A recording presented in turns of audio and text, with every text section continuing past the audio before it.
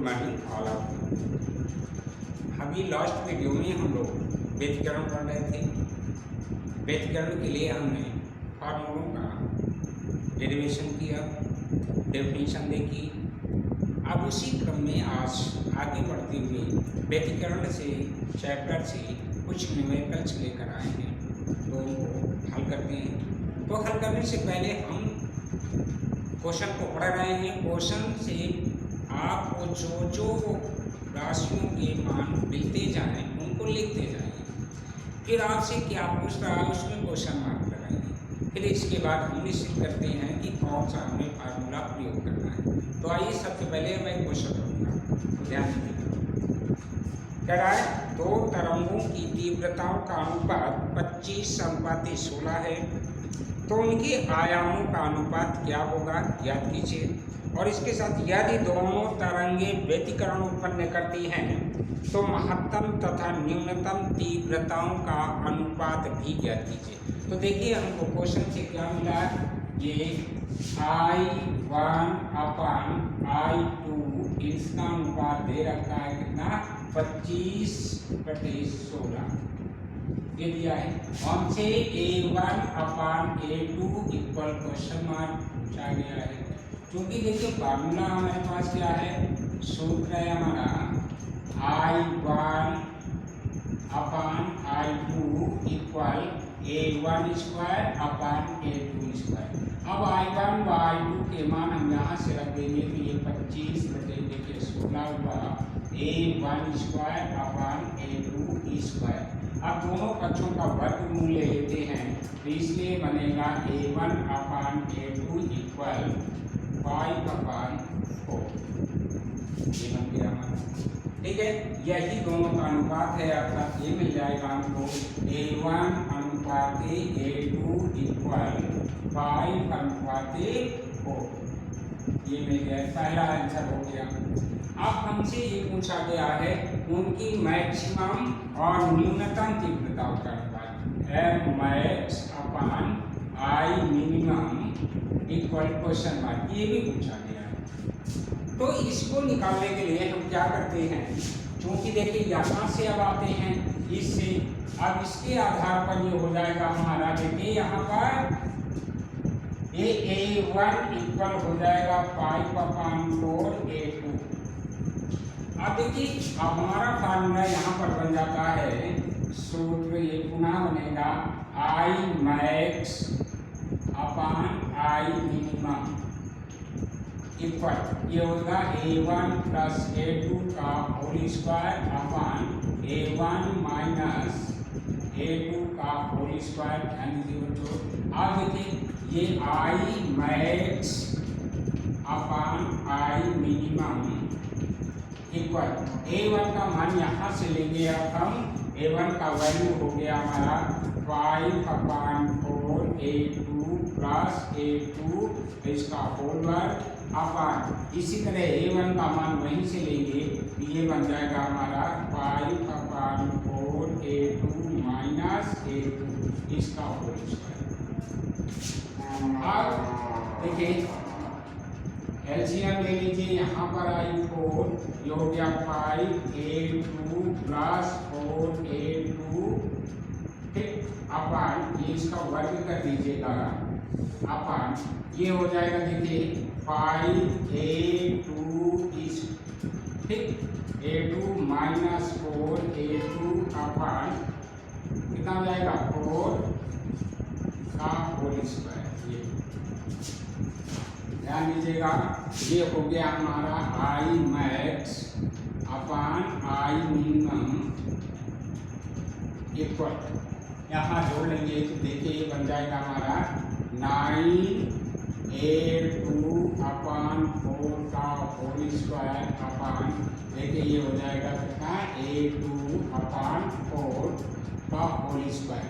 इसको हम यूँ भी कर सकते हैं 9A2 अपन 4 अपन, देखिए A2 अपन 4 से 4 काट दीजिए, A2 से A2 काट दीजिए, ये I मैक्स और इस पूरे का होल वर्ग है, ठीक। तो I max upon I minimum equal तो I max upon I minimum equal, देखिए 9/1 है, इसका वर्ग 2 ले लीजिए तो कितना बन जाएगा ये 3/1, ये आई मैक्स अपॉन आई मिनिमम ये रहा, या इसी को आप क्यों कर दीजिए, या इसी को हम इस तरह लिख सकते हैं आई मैक्स अनुपाते आई मिनिमम इक्वल 3 अनुपाते 1, ये आपका लास्ट उत्तर मिल जाता है।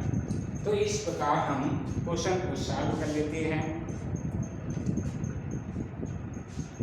तो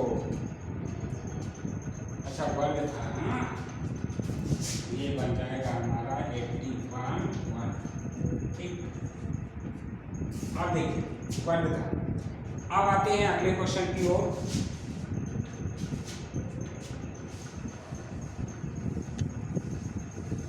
अगला क्वेश्चन आप पढ़ेंगे, इसके बाद देखते हैं क्या मिलता है हमको। अगला क्वेश्चन है हमारा, दो झिल्लियों के बीच की दूरी 3 मिलीमीटर है, इस पर 6000 एंगस्ट्रॉम तरंगदैर्घ्य का प्रकाश लंबवत आपतित हो रहा है। 1 मीटर दूरी पर्दे पर व्यतिकरण रूप प्राप्त हो रहा है। फ्रिंजों की चौड़ाई और केंद्रीय फ्रिंज की दूसरी आदित्य फ्रिंज से दूरी की गणना कीजिए। तो इसमें देखिए d इक्वल हमको क्या मिला 5 mm, इस mm को मीटर में बदल देंगे तो 5 × 10⁻³ मीटर हो जाएगा d। फिर आगे बढ़ते हैं, लैम्डा दिया गया है, ये भी 3 है, 3 और लैम्डा दिया गया है इक्वल 6 यानी 6000 एंगस्ट्रॉम, इसको बदल देंगे तो ये मिलेगा 6 × 10⁻⁷ मीटर, ये लैम्डा का मान हो गया। फिर आगे बोल रहा है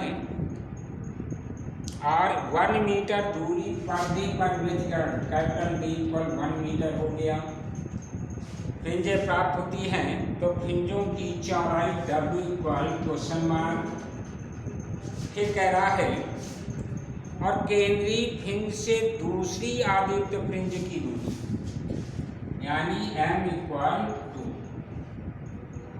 और ये हो जाएगा X आदित्य के लिए X2 equal question mark Aditya fringe के लिए, आदित्य फ्रिंज। आप देखिए बच्चों, हमारा सबसे पहले ये निकालना है, यानी फ्रिंज चौड़ाई निकालनी है। तो फ्रिंज चौड़ाई निकालने के लिए हमारे पास फार्मूला है W इक्वल, देखिए capital D lambda by small d। अब यहाँ से हम ये इसके वैल्यू मान रखते हैं। तो देखिए कैपिटल D का मान है हमारा 1, ठीक, लैम्डा का मान है हमारा 6 × 10⁻⁷ अपॉन स्मॉल d का मान है 3 × 10⁻⁻3। अब देखिए बच्चों, इससे हम काट सकते हैं, 2 आया, इसको ऊपर ले जाते हैं यानी 2 × 10⁻⁴ मीटर, यानी W इक्वल, अब इसको हम ये लिख सकते हैं 0.2 × 10⁻³ मीटर। अब इसके स्थान पर हम मिलीमीटर में लिख सकते हैं तो W इक्वल 0.2 mm, यानी फ्रिंज चौड़ाई 0.2 mm आई। आप देखिए, अब पुनः लिखना है हमको केंद्रीय फ्रिंज से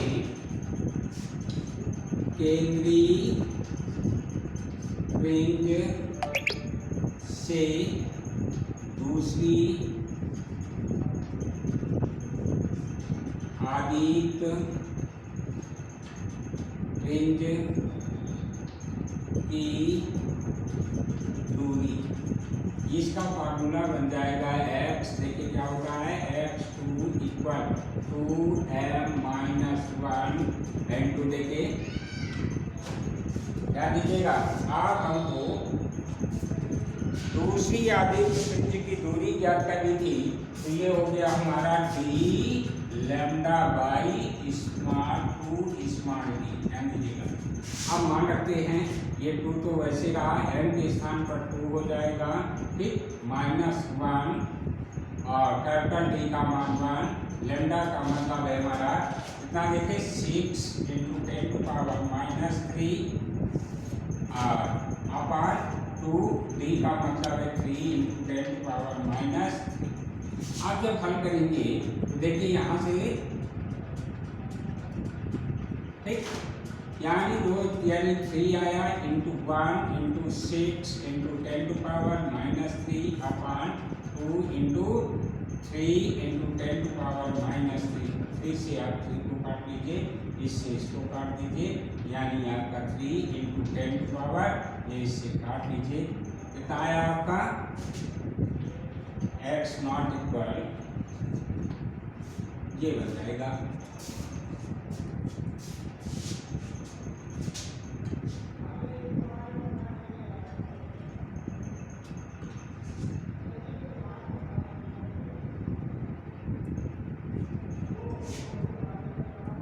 अगला क्वेश्चन,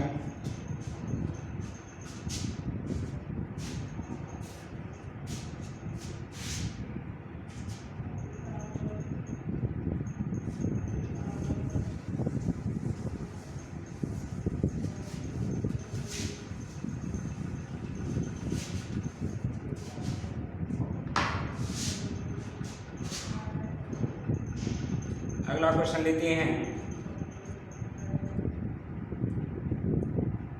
प्रकाश विकिरण संबंधी प्रयोग में दो स्लिटों के बीच की दूरी 2 mm है, यानी d small d equal 0.2 mm। अब इसे मीटर में बदलेंगे तो 0.2 इंटू 10⁻³ मीटर। और देखिए दिया गया है, इससे निर्गत प्रकाश के व्यतिकरण से 1 मीटर दूरी पर कैपिटल D इक्वल 1 मीटर। इसके बाद दिया गया है पर्दे पर बनी व्यतिकरण की फ्रिंज की चौड़ाई W इक्वल 3 मिलीमीटर। इसे भी आप कन्वर्ट कर देंगे 3 × 10⁻³ मीटर। और इसके बाद तरंग यानी लैम्डा ज्ञात करना है, लैम्डा इक्वल क्वेश्चन मार्क। अब देखिए सूत्र है आपके पास, ये W equal d lambda by small d, value मान रख दीजिए। एक कैपिटल D का मान 1, लैम्डा का मतलब आपका नहीं मालूम है, ये रहा, और W का वैल्यू मान है 3 × 10⁻³ और स्मॉल d का मान है आपका 0.2 × 10⁻³। इसके नीचे 1 मानिए, तो यह गुणा करा दीजिए, लैम्डा इक्वल देखिए कितना हो जाएगा 0.6 × 10⁻⁻⁶। तो लैम्डा इक्वल गुणा करा देंगे 6 × 10⁻⁷ मीटर। अब इसी को लिख सकते हैं लैम्डा इक्वल 6000 एंगस्ट्रॉम। ये आपका क्वेश्चन हो जाता है। इस प्रकार हम न्यूमेरिकल को, कोई भी न्यूमेरिकल आता है उसके पहले वैल्यू मान लिखेंगे, इसके बाद जो हमको ज्ञात करना है उसमें क्वेश्चन मार्क लगा दीजिए। इसके बाद आप निश्चित कीजिए कि हमें इसकी वैल्यू मान निकालने के लिए कौन सा फार्मूला उपयोग करना है। इसके बाद फार्मूले पे रख दीजिए, कैलकुलेट कर लेंगे, आपका आंसर मिल जाएगा। तो कल फिर आपके लिए न्यूमेरिकल लेकर आएंगे, तब तक के लिए नमस्कार।